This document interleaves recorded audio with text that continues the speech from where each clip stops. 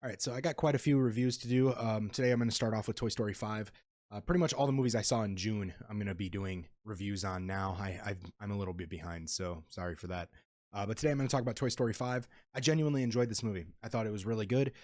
Toy Story is generally like pretty hit when it comes down to it. I don't think there's been a bad one so far out of the five movies. This one's not bad either. I don't think there's been a objectively bad movie in the series. I would say maybe if you want to say like four, I suppose. I don't remember four all that well. I remember it being a bigger adventure because, they're kind of in like this new area. They're in like the carnival and everything like that. And the movie kind of just like lets go of Woody. It just says like, hey, see you later, Woody. That's it. So long, partner, or whatever. Which I thought was kind of weird. I thought the ending of four kind of solidified the end of the series personally, because I thought if you don't have Woody, then how the fuck do you continue making these movies? Alas, though, they did make a fifth movie, and I think they're making a sixth movie as well. I believe they said that there's going to be a Bonnie arc. There was the Andy arc, and now there's the Bonnie arc.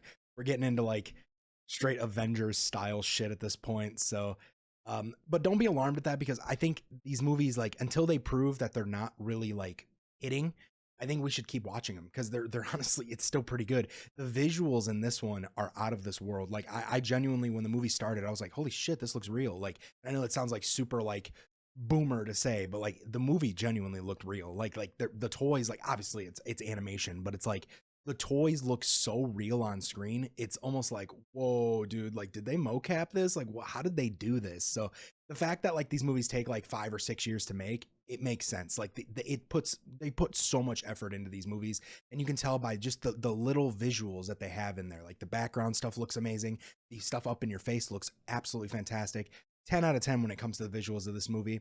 When it comes to just like how this story goes in this one, I actually kind of liked it. I like that it took a more, it was Jesse's movie more than it was Woody and Buzz's movie. Woody and Buzz have had their time. They've had their four straight movies where it's all about them. This one is more so about Jesse and kind of where she came from. I know we've kind of heard a lot about Jesse in Toy Story 2, which is my favorite one. But this one definitely lets her take the reins, like no pun intended. It lets her take the reins, and it lets her kind of venture into her own origin story, and it shows you so much of where she came from. It even goes back to her old house. She ends up making her way back to her old home where she was abandoned, and it kind of goes on from there. But the premise of the movie is pretty much Bonnie has problems with connecting with other kids. Like, she's just a shy child who doesn't know how to just bring kids over to play with toys.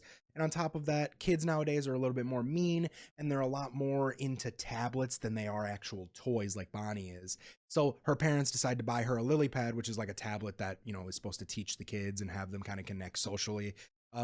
But in this movie, the lily pad is kind of the bad guy.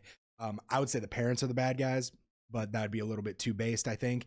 But the lily pad is the bad guy here, and they do a lot of fun things with that theme. You know what I mean? Like the toys attempt to unplug the charger so the lily pad can't stay charged anymore, but it in turn makes Bonnie really upset because she doesn't have her tablet for when she goes to a sleepover. So it's almost like a dilemma with the toys where they're like, well, we want to make her happy, but at the same time, this thing is rot. It's brain rot. So they do a really good job with the themes of like how tablets are kind of taking over in a lot of kids' lives. A lot of times kids are being raised by tablets, and it's a fun theme to follow. It doesn't try to like chew your ear off about it or anything, but it's a theme. It's definitely like the theme of the movie is let your kids interact, let them actually have like human genuine interaction. You can't just hide behind a screen all the time. And that was fun to me. I thought that was a really good just like way to push that narrative. I thought it was smart. I really liked how the movie kind of splits into multiple like paths. You got Jessie doing her own thing with her origin story. You got Buzz holding down the fort with the toys at home, and then somehow Woody returns. I guess Woody is like kind of just saving toys around the world or something. They walkie-talkie him and bring him in. I would say the worst part about the movie is the Woody stuff, because it's almost like Woody didn't need to be in the movie. It's almost like they felt like they wouldn't be able to sell the movie as well if it was without him.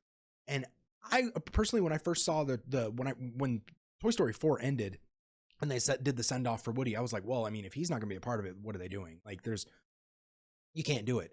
But the way this movie starts, because Woody doesn't show up in this movie until probably like halfway through, and he's not even in it that much, but it felt almost like in that movie, The Ballerina, when John Wick shows up. It's almost like, man, I didn't need John Wick to show up. Like, she was good enough as it was. That's how it felt with Jesse and Buzz. I felt like Jesse and Buzz were just good enough. Like they were fine. Like I had no problem with both of them leading the charge.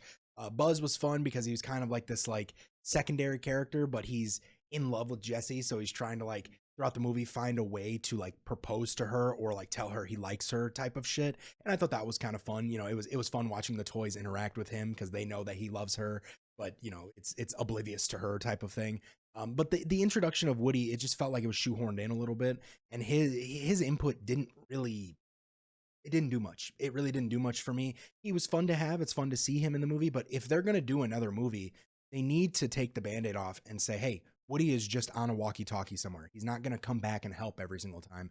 And I think that that was one of the things that annoyed me was like, well, you took this character away, and you need to let people be done with him. Like he needs to go. You know, Tom Hanks is great and everything, but like he would have been fine being just a call-in character. He didn't need to like show up in the movie. And when he did show up, there's some funny moments with him, but it just felt like we're at a point now with Toy Story where the main cast, a lot of the main cast is old. Like I believe Tim Allen is like 72 or 73 years old. Tom Hanks is like almost 70 years old.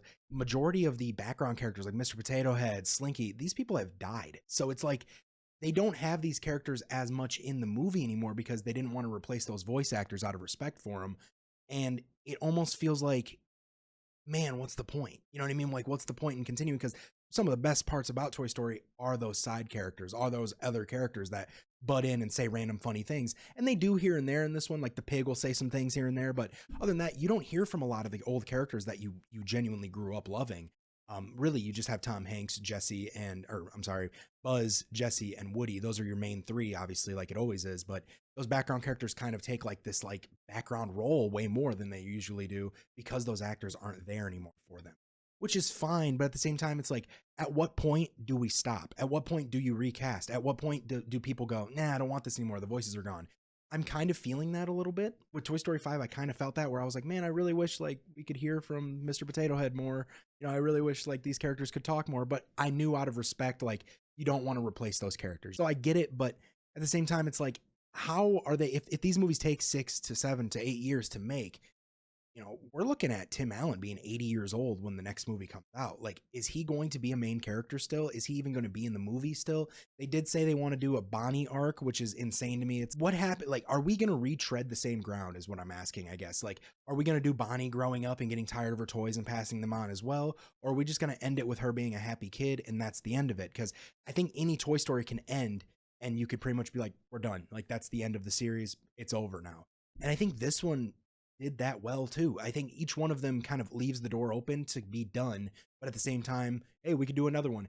I think them saying, oh, there's going to be more, I think that's a little bit annoying because it's like, man, like now it almost feels like we're forcing it. Even though these movies are really good, you're kind of forcing it at this point. And I just don't know where they go from here with those main characters. Like Joan Cusack's getting older, you know, Tim Allen, Tom Hanks, these guys are getting older. So it's like, how do you keep them around? I would suppose that you're going to use AI to help you out with it. But at the same time, how much of that is going to push people away from watching these movies? I mean, I guess they could just get everybody's recordings, like all of their voices, like super early, like right now, record for Toy Story 6, 7, and 8 if they want to, and then just animate around that.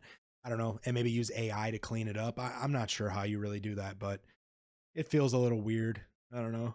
So that's my genuine concern with it. But other than that, the movie is out of this world good. Like they do so many good things in this movie between the themes and just like the diverging paths and the different characters that come together at the end.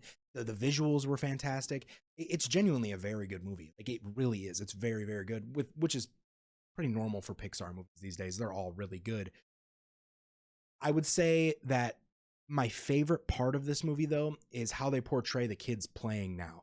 They don't just like show the toys limp just playing, you know what I mean? They actually like when Bonnie starts playing with the toys, like she has like a little wedding, right? Like at one point in like a bank heist that happens, but there's also a wedding. It's just little kid shit.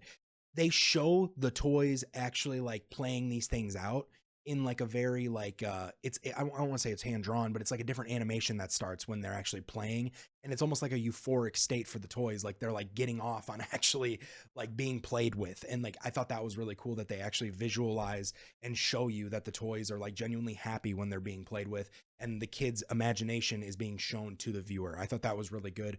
I think this movie was just genuinely really good. If I had to like maybe rank it on a hierarchy, I still think Toy Story 2 is my favorite Toy Story. I think Toy Story 1 is a very close follow-up to that. I think Toy Story, I'd say Toy Story 3 is pretty good. I do think Toy Story 5 might be better than 3. I just thought three's themes were really dark and kind of fucked up for a kids movie, which is fine for the most part, but at the same time, it didn't. I don't like seeing the toys almost die. You know what I mean? Like that's not like that doesn't intrigue me whatsoever. Like it almost just makes me a little sad, to be honest. And I know that's the theme of that movie, whatever. But I would probably say two is the best, one is the second best, five is the third best, which is pretty great. And then I'd say like three and then four, just because I don't remember four all that well. I remember the ending, but I don't remember the whole movie, and I think that means something personally. But yeah, I thought this movie, I thought it was really good. I'd give it like a 9 out of 10. I think it was one of the best Toy Stories. Like I think it's really good. I think we're getting to a point now where it's hard for them to miss on Toy Story. But from here on, I don't know where they go with it. So that's really all I wanted to talk about. Hopefully you guys watch the movie and enjoy. Let me know what you think. Bye.